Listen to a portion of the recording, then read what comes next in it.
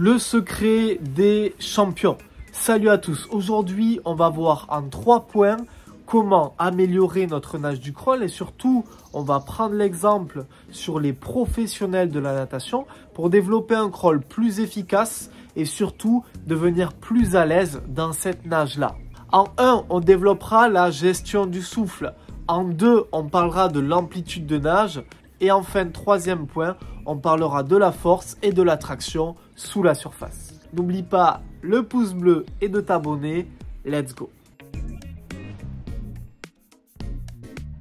Premier point, tu dois adopter le souffle et la respiration à la distance que tu vas faire. Bien sûr, quand on parle de respiration et d'endurance, il y a 2 facteurs qui rentrent en compte. Le premier, c'est la gestion du rythme. Effectivement, tu vas nager un 400 mètres crawl beaucoup moins rapidement qu'un 100 mètres crawl ou qu'un 50 mètres crawl. Donc, tu vas prendre en compte ça, le rythme, mais tu vas aussi prendre en compte la quantité d'air que tu vas expirer et que tu vas inspirer. Et la fréquence de respiration. Chez un sprinter, par exemple, sur un 50 nage libre, on va éviter d'inspirer. C'est-à-dire que je vais faire mon 50 mètres nage libre en inspirant le moins possible. A l'inverse, sur un 400, un 800 ou un 1500, je vais devoir prendre des prises d'air très régulières. Ce que je vous conseille, si vous maîtrisez mal votre inspiration, c'est d'inspirer tous les 3 coups de bras, mais de prendre des grandes inspirations. Pourquoi ? Puisque si vous maîtrisez mal votre inspiration, vous aurez le bras qui tombe, les jambes qui s'éloignent et le battement qui s'arrête au moment de l'inspiration. En revanche, si vous avez plutôt un bon niveau, n'hésitez pas sur ce genre de distance à prendre vos inspirations tous les 2 coups de bras.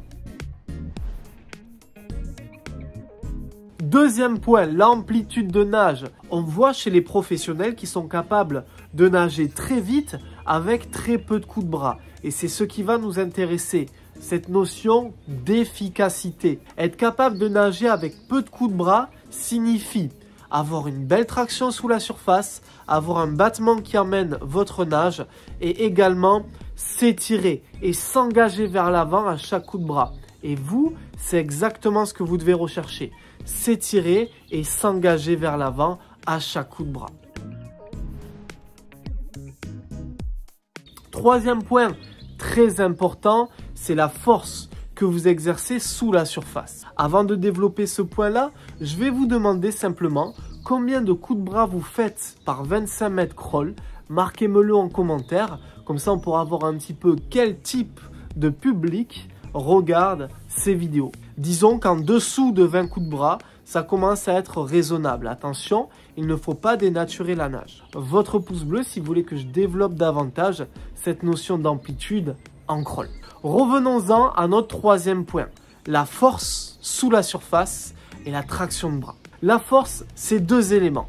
Vos appuis avec les bras sous l'eau, mais c'est aussi la force de vos jambes et comment vos battements accompagnent votre nage. Les nageurs professionnels ont un battement hyper puissant, hyper solide. Et ça se retrouve également sur les ondulations, quand ils poussent au mur ou après un joli plongeon.